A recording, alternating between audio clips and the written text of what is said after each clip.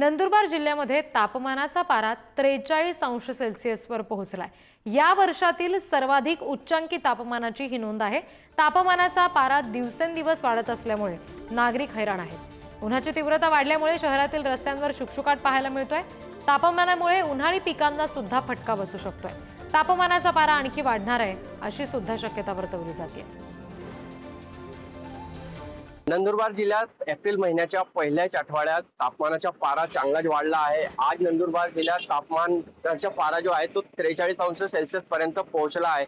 यामुळे नागरिकांनी काळजी घेण्याचे आवाहन देखील करण्यात येत आहे। तसेच वाढलेल्या तापमानामुळे जे थंड पदार्थ असेल, पेयजल असतील, त्याची मागणीत मोठी वाढ झाली आहे।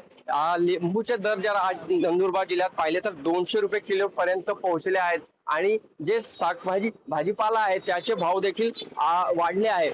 तसेच जिल्हा प्रशासनाच्या वतीने सतर्कतेच्या अनुषंगाने जिल्हा सामान्य रुग्णालयात उष्माघात कक्ष निर्माण करण्यात आले आहे, कार्यान्वित करण्यात आले आहे आणि नागरिकांनी दुपारी 12 ते 4च्या दरम्यान कामाशिवाय बाहेर पडू नये असे आवाहन देखील प्रशासनाच्या वतीने करण्यात आले आहे। शेतकऱ्यांच्या जर विचार केला तर रब्बी हंगाम आता आपटला आहे आणि उन्हाळी पिकासाठी शेतकरी धावपळ करत आहेत। मात्र या वाढलेल्या तापमानामुळे जे शेतकऱ्याचे फळबाग आहेत त्याच्या देखील मोठ्या प्रमाणात नुकसान होण्याची शक्यता वर्तवली जात आहे आणि नागरिकांनी या वाढलेल्या तापमानात आपले काळजी घ्यावे आणि वयोवृद्ध जे नागरिक आहेत त्यांनी दुपारी 12 ते 4 दरम्यान घराबाहेर कामाशिवाय पडू नये असे आवाहन देखील जिल्हा प्रशासनाच्या वतीने करण्यात आले आहे।